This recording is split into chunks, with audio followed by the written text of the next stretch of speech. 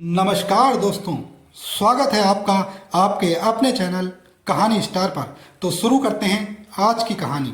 विवाह रब ने बना दी जोड़ी। शाम पूरी तरह धुंध में डूब चुकी थी। होटल की ड्यूटी खत्म कर प्रीति तेजी से केमिस्ट की दुकान पर पहुंची। उसे देखते ही केमिस्ट सैनिटरी पैड को पैक करने लगा। प्रीति ने उससे कहा, इसकी जगह मेंस्ट्रुअल कप दे दो। केमिस्ट ने एक पैकेट उसकी तरफ बढ़ा दिया। प्रकाश, जो कुछ दूरी पर खड़ा था, सोच में पड़ गया कि यह युवक मेंस्ट्रुअल कप क्यों ले रहा है। ऐसा तो नहीं लगता कि शादी हो चुकी हो। वैसे भी शादी के बाद आदमियों की चाल ढाल थोड़ी बदल ही जाती है। इस बात से बेखबर प्रीति ने पैकेट अपने बैग में रखा और घर की ओर चल दी।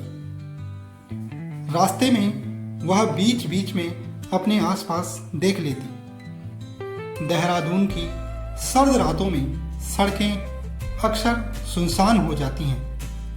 तभी उसे पीछे से लगातार किसी के चलने की आवाज़ सुनाई दी, पर उसने पीछे मुड़कर देखना ठीक नहीं समझा। उसने अपने कदमों की रफ्तार तेज कर दी। अब उसे ऐसा लग रहा था जैसे उसके पीछे कई लोग चल रहे हों। उसका दिल तेज तेज धड़कने लगा। डर से चेहरा पीला पड़ गया। जैसे ही घर का मोड़ आया, वह तेजी से मुड़ गई। अब उसे पीछे से कोई भी आवाज सुनाई नहीं दे रही थी। यह सब पिछले कुछ दिनों से चल रहा था। हर बार जैसे ही वह गली के मोड़ पर पहुंचती, पीछे की आवाजें गायब हो जाती। घर में वह इस बारे में किसी से कुछ कह नहीं सकती थी। नौकरी करना उसे अच्छा लगता था। वैसे घर की हालत ठीक ठाक थी। यह नौकरी वह सिर्फ अपने शौक और आत्मनिर्भरता के लिए कर रही थी। वह महिलाओं की आज़ादी की पक्षधर थी, लेकिन खुद को समाज की नज़रों से छिपा कर रखती थी। लड़कियों की तरह सजने संवरने की बजाय वह लड़कों जैसे कपड़े पहनती थी। रात को लौटते वक्त वह होंठों पर लिपस्टिक और आईब्रो पेंसिल से मूछें बना लेती थी। कपड़े भी ऐसे पहनती थी जिनसे उसके शरीर की बनावट न दिखे। इससे उसे रात में डर कम लगता था, लेकिन कुछ दिनों से पीछा करती उन कदमों की आवाज़ों ने उसके अंदर की छुपी हुई लड़की को फिर से सोचने पर मजबूर कर दिया था। घर के गेट पर पहुंचकर प्रीति ने होंठों पर बनी नकली मूछें टिश्यू पेपर से साफ की और सामान्य होकर मां के साथ खाना खाया और फिर सो गई। अगली सुबह होटल जाते वक्त उसने तय कर लिया कि आज वह जरूर देखेगी कि कौन उसका पीछा करता है। रात में जब प्रीति की ड्यूटी खत्म हुई तो वह बैग उठाकर घर की ओर चल दी। अभी वह कुछ ही दूर चली थी कि पीछे से फिर वही पदचाप सुनाई दी। प्रीति ने हिम्मत जुटाकर पीछे देखा।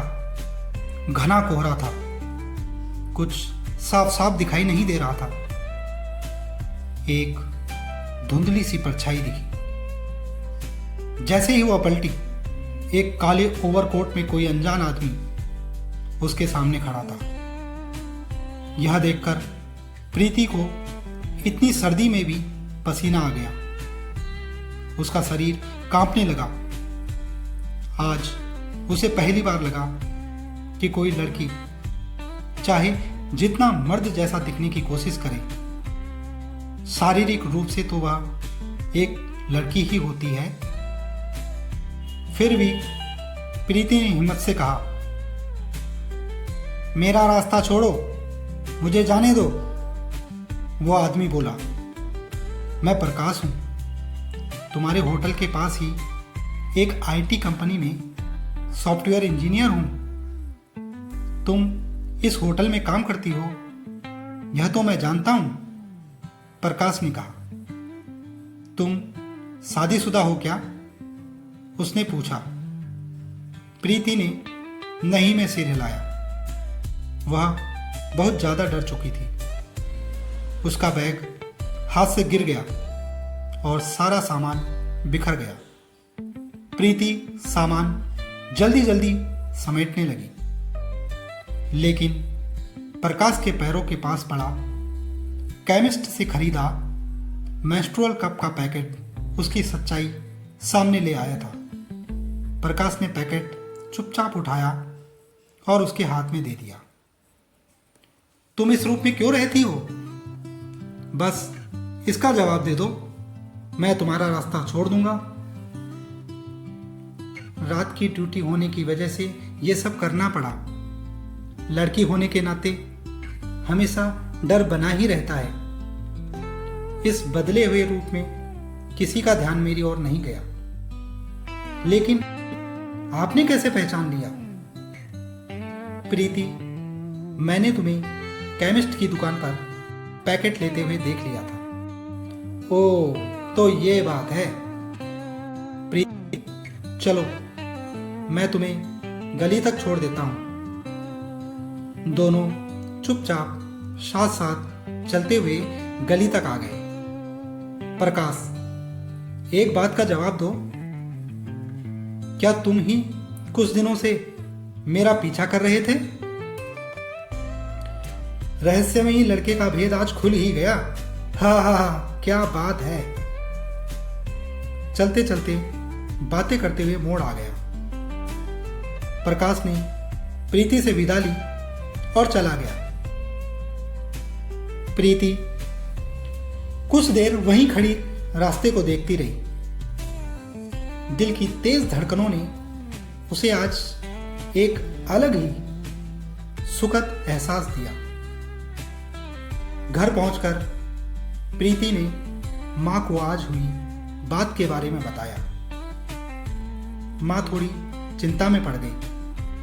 सुबह एक नई उम्मीद और सपना लेकर प्रीति की जिंदगी में आई।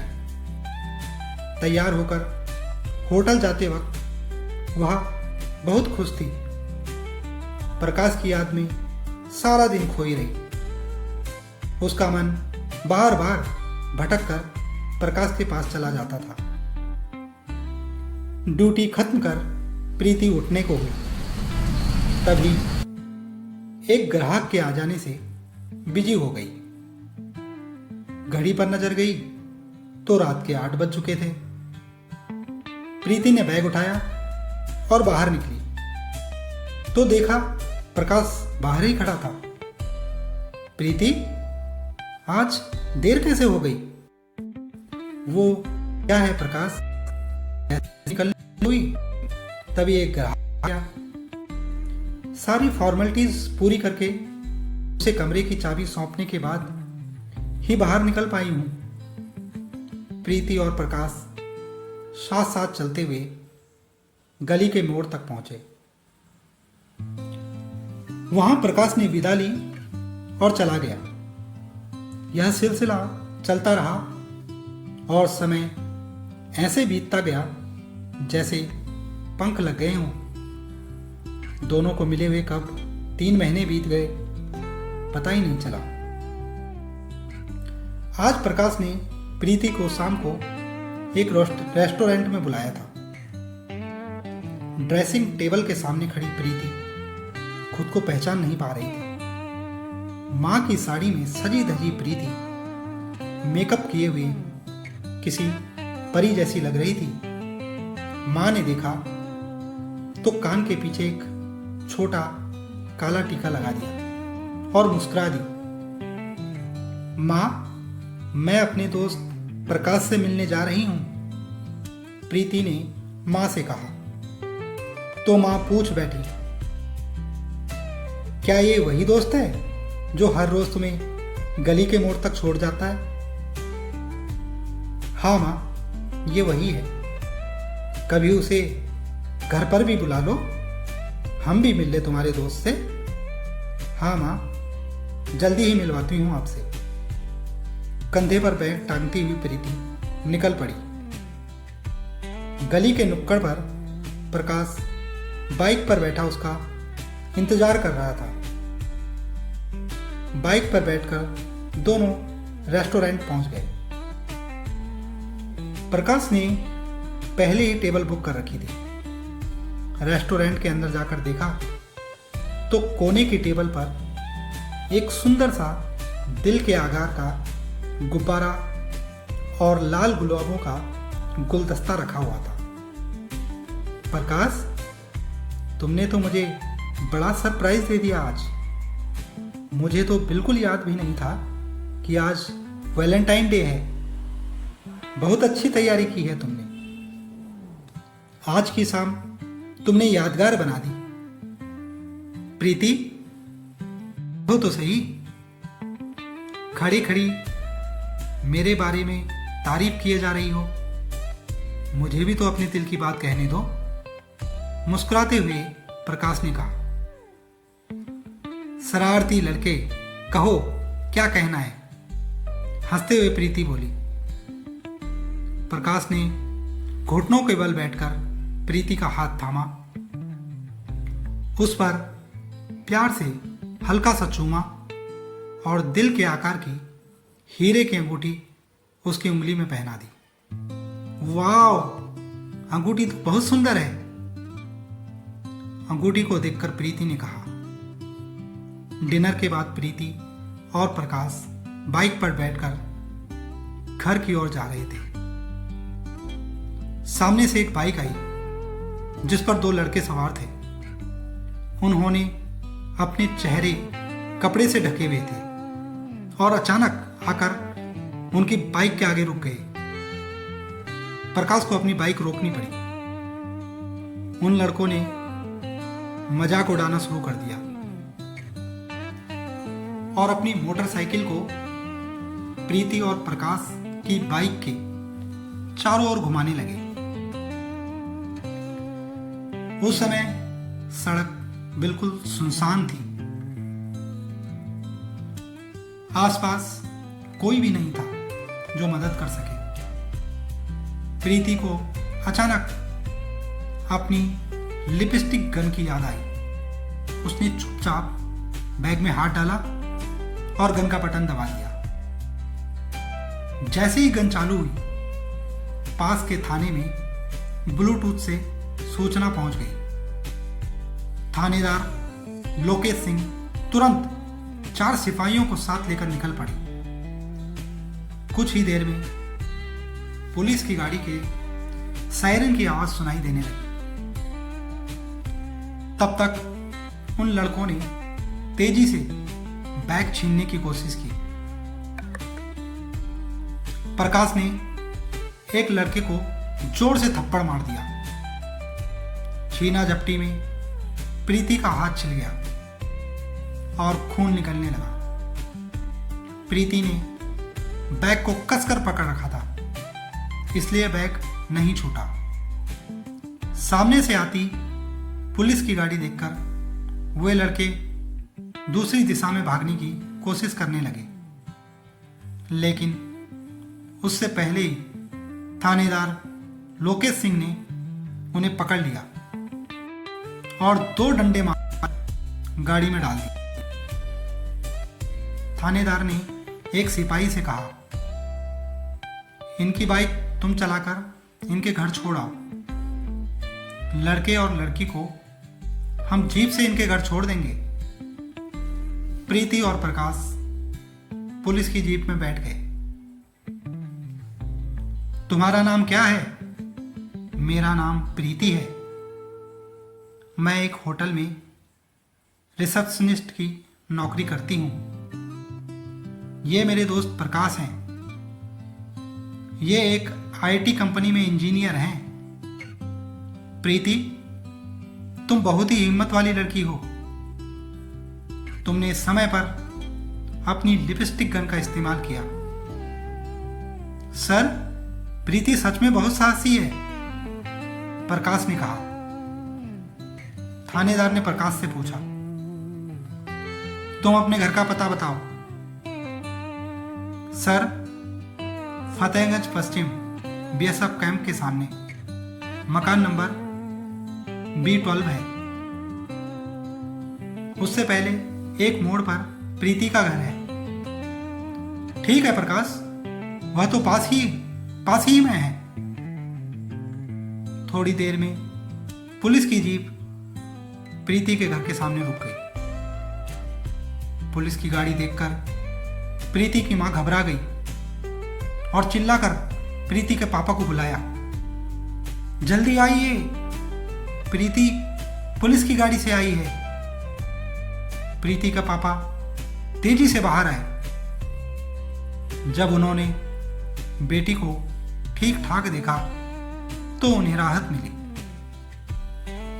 थानेदार लोकेश सिंह ने प्रीति के पापा को सारी बात समझाई और कहा कि वह प्रकाश को भी सही सलामत घर छोड़ देंगे। थानेदार लोकेश सिंह प्रकाश को लेकर फिर जीप में बैठे और बोले, चलो बेटा, तुम्हें भी घर छोड़ दूं, तभी चैन की सांस लूंगा। जीप प्रकाश के घर के सामने रुकी और थानेदार लोकेश सिंह वापस थाने लौट गए। प्रकाश घर के अंदर गया और खाना खाते समय डाइनिंग टेबल पर अपने मम्मी पापा को पूरी घटना के बारे में बताया। प्रकाश के पापा बोले, बेटा, तुमने जो किया वह बिल्कुल सही था। प्रीति की समझदारी से तुम दोनों सही सलामत घर लौट आए। प्रीति जैसी समझदार लड़की तो बहू बनने लायक है। मम्मी ने भी हाँ में हाँ मिलाई। प्रकाश, खाना खाकर प्रीति को फोन कर लेना, मां ने कहा। जी मम्मी। प्रकाश ने खाना खाने के बाद हाथ धोए और तौलिए से अपने कमरे की बालकनी में आकर प्रीति को फोन मिलाया। फोन की घंटी बज रही थी, लेकिन फोन उठाया नहीं गया। प्रकाश ने फिर से फोन मिलाया। ट्रेन ट्रेन उधर से आवाज आई। हेलो, मैं प्रीति की मम्मी बोल रही हूँ। जी, मैं प्रकाश बोल रहा हूँ। प्रीति कैसी है? बेटा, प्रीति पहली बार साड़ी पहनकर एक औरत की तरह सज धज कर निकली थी और ये घटना हो गई। ये बात उसे बहुत अंदर तक हिला गई है। मैं उसे फोन देती हूँ, तुम ही बात कर लो। हाँ आंटी, ठीक है। प्रीति, मैं प्रकाश। क्या हुआ प्रीति, तुम ठीक तो हो? तुम बोल क्यों नहीं रही हो? प्रकाश, मेरी ही गलती है कि मुझे इतना सज धज कर साड़ी पहनकर जाना ही नहीं चाहिए था। देखो प्रीति, एक ना एक दिन तुम्हें इस रूप में आना ही था। सुबह प्रकाश घर से ऑफिस जाने के लिए निकल ही रहा था कि मां की आवाज आई। प्रकाश सुनो, प्रीति के घर चले जाना और अगर हो सके तो शाम को उसे घर ले आना। चाहती मैं प्रकाश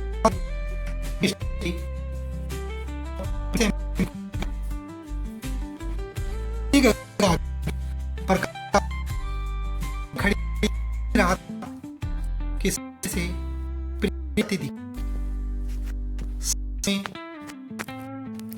उसकी भी थी।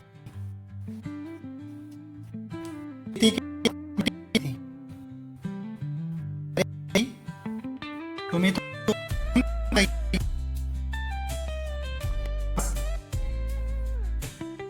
माँ के हौसला देने कि डर कि अपने गए बहुत डर होटल छोड़ माँ थी को चलोगी माँ से जरूर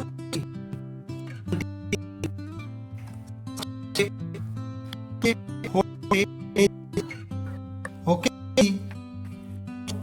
तो होटल से प्रकाश को गायकी होटल अंदर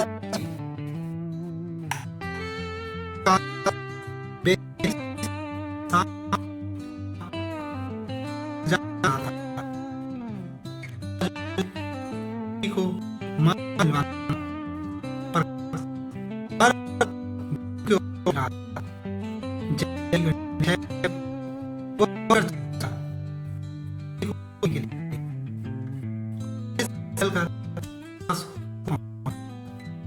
बाइक पर उसे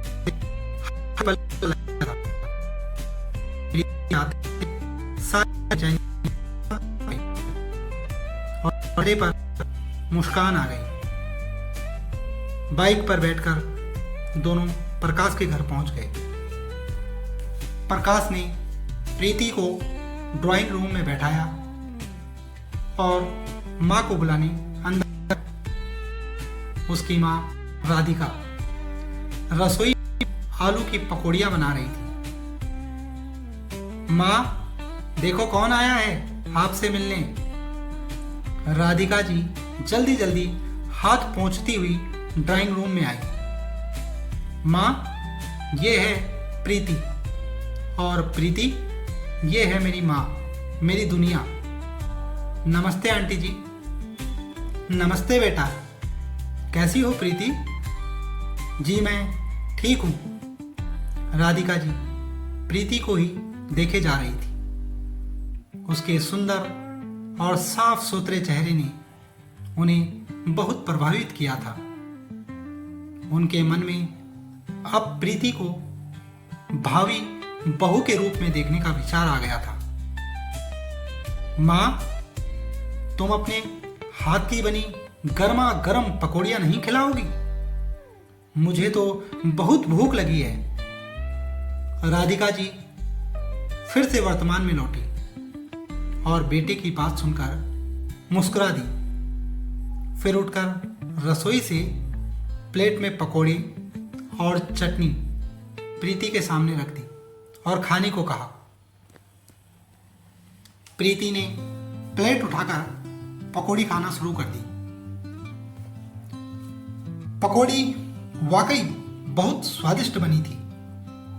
आंटी पकौड़ी बहुत स्वादिष्ट बनी है, प्रीति ने मां की तारीफ करते हुए कहा। प्रकाश खाते खाते बीच में बोल पड़ा, प्रीति मां के हाथ में जादू है, वे खाना बहुत ही स्वादिष्ट बनाती हैं। धत, अब इतनी भी तारीफ मत कर बेटा। चाय पकौड़े खत्म कर प्रीति ने घड़ी की तरफ देखा तो शाम के 8 बजने को थे। वह उठकर जाने के लिए खड़ी हो गई। प्रकाश बेटा, प्रीति को उसके घर तक पहुंचाओ। ठीक है मां, मैं अभी आया। राधिका जी ने सरल और सुंदर प्रीति को अपने घर की बहू बनाने का मन बना लिया। उन्होंने तय किया कि कल ही प्रीति के घर जाकर उसके माँ बाप से उसका रिश्ता मांग लेंगे। इस बात पर प्रकाश के पापा की भी सहमति मिल गई। सुबह ही राधिका ने अपने आने की सूचना प्रीति की मम्मी को दे दी थी। शाम के समय राधिका और उनके पति मोहन जी के आने पर प्रीति की माँ सुशीला ने उन्हें आदर से ड्राइंग रूम में बिठाया। प्रीति के पापा, आइए, यहाँ आइए, देखिए प्रकाश के मम्मी पापा आ गए हैं। प्रीति और प्रकाश के पापा के बीच देश समाज की बातों के साथ साथ चाय की चुस्की लेते हुए हल्की फुल्की बातें भी हुई। प्रीति की माँ सुशीला और प्रकाश की माँ राधिका बाहर लॉन में झूले पर बैठकर कॉफी पीते हुए मौसम का आनंद ले रही थी। राधिका बोली, सुशीला जी, मैं प्रीति का हाथ अपने बेटे प्रकाश के लिए मांग रही हूं, आप ना मत कहिएगा। राधिका जी, आपने तो मेरे दिल की बात कह दी, मैं भी यही सोच रही थी। कहते हुए सुशीला जी राधिका के गले लग गई। राधिका जी, चलिए इस खुशखबरी को अंदर चलकर सबके साथ मनाते हैं। सुशीला जी और राधिका जी हंसते हुए ड्राइंग रूम में पहुंची तो वहां का नजारा देख चौंक गई। क्या बात है, आप लोग किस बात पर इतना हंस रहे हैं? प्रीति के पापा मोहन जी बोले। मोहन जी, बात ही कुछ ऐसी है, राधिका जी ने आपको समधी रूप में पसंद कर लिया है। क्या समधी? एक बार फिर से कहिए। हाँ हाँ, समधी, कुछ समझे? ओ, अब समझ आया आप लोगों के हंसने का कारण। अरे पहले बच्चों से भी तो पूछ लो कि उनकी भी मर्जी है या नहीं। प्रकाश के पापा ने मुस्कुराकर कहा। प्रीति के पापा मोहन जी सामने से बच्चों को आते देख बोले, लो, इनका नाम लिया और ये आ गए। बहुत लंबी उम्र है इन दोनों की। प्रकाश ने आते ही मां से चलने के लिए कहा। बेटा, हम तुमसे कुछ बात करना चाहते हैं। कहिए मां, क्या बात है? प्रकाश, हमने प्रीति को तुम्हारे लिए पसंद कर लिया है। अब तुम बताओ, तुम्हारी क्या राय है? मां, मुझे कोई आपत्ति नहीं है। प्रीति से भी पूछ लीजिए कि वह क्या चाहती है। मां राधिका ने प्रीति से पूछा। प्रीति बेटा, क्या तुम मेरी बहू बनकर मेरे घर आओगी? प्रीति ने शर्माकर गर्दन झुकाते हुए हाँ कह दी। यह देखकर प्रीति के पापा मोहन जी खुश हो गए। अब तो राधिका जी आप मेरी समधन हुई। यह सुनकर सभी जोर से हंस पड़े। तभी प्रीति की मां सुशीला जी मिठाई के साथ आ गई। लीजिए राधिका जी, पहले मिठाई खाइए। और उन्होंने एक पीस मिठाई राधिका जी के मुंह में डाल दिया। राधिका जी ने भी सुशीला जी को मिठाई खिलाई और फिर प्लेट मोहन जी की ओर बढ़ा दी। प्रकाश ने प्रीति को देखा तो उसका चेहरा गुलाब जैसा लाल हो गया। प्रीति एक नजर प्रकाश पर डालकर जल्दी से अंदर भाग गई। सुशीला जी, कोई अच्छा सा दिन देखकर शादी की तैयारी कीजिए। और हाँ, चलने से पहले जरा प्रीति को तो बुलाइए। प्रकाश की मां राधिका जी ने कहा। प्रीति की मां सुशीला जी उठी और जाकर प्रीति को बुला लाई। राधिका जी ने अपने हाथ से कंगन उतारकर प्रीति को पहना दिए। प्रीति ने झुककर उनके पैर छुए। मोहन जी और राधिका प्रकाश के साथ सुशीला और मोहन जी से विदा लेकर अपने घर लौट आए। 2 महीने बाद सुशीला जी के घर से आज शहनाई की मधुर ध्वनि सुनाई दे रही थी। प्रीति दुल्हन के रूप में सजकर आईने के सामने बैठी थी और खुद को पहचान नहीं पा रही थी। उसका सादा जीवन अब नया रूप ले चुका था। सुनो प्रीति दी, प्रीति की कजिन ने आवाज लगाई। बारात आ गई। प्रीति जैसे किसी सपने से हकीकत में लौट आई। वह उठकर खिड़की तक गई। बाहर देखा, शहनाइयों की गूंज, फूलों से सजी गाड़ी और उस गाड़ी में बैठा प्रकाश। उसकी मुस्कान में वो भरोसा था जो हर लड़की अपने जीवन साथी की आंखों में देखना चाहती है।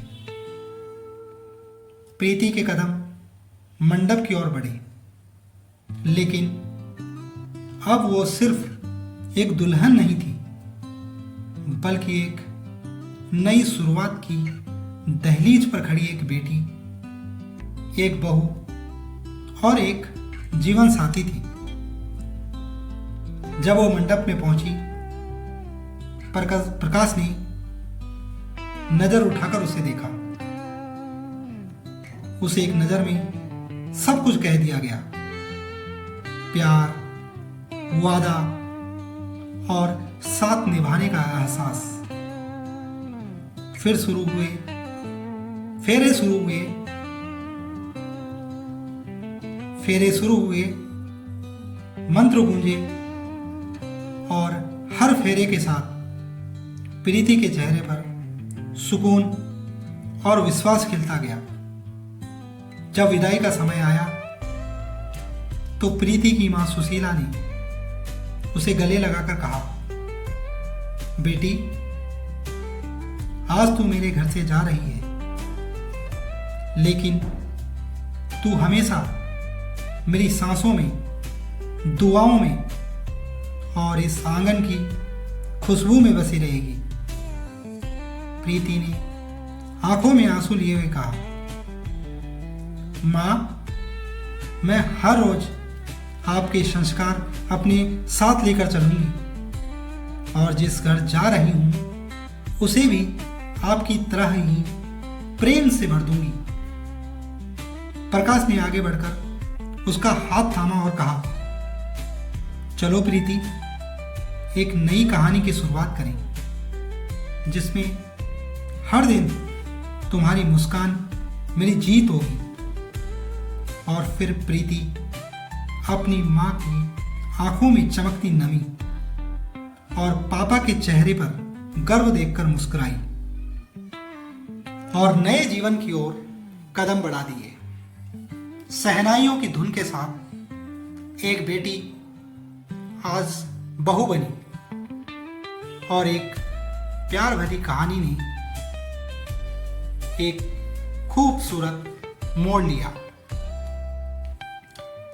सादगी, संस्कार और स्वभाव की मिठास किसी भी दिखावे से कहीं ज्यादा प्रभावशाली होती है।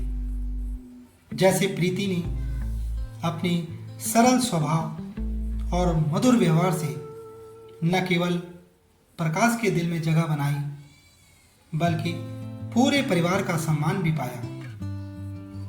यह कहानी हमें सिखाती है कि असली खूबसूरती मन और व्यवहार में होती है और अच्छे रिश्तों की नींव हमेशा सच्चाई, परस्पर सम्मान और विश्वास पर टिकी होती है।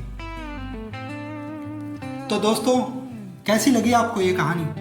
आशा करता हूँ अच्छी लगी होगी।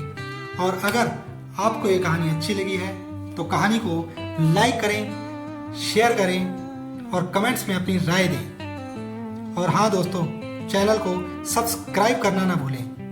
राधा राधा। स्वस्थ रहें, मस्त रहें।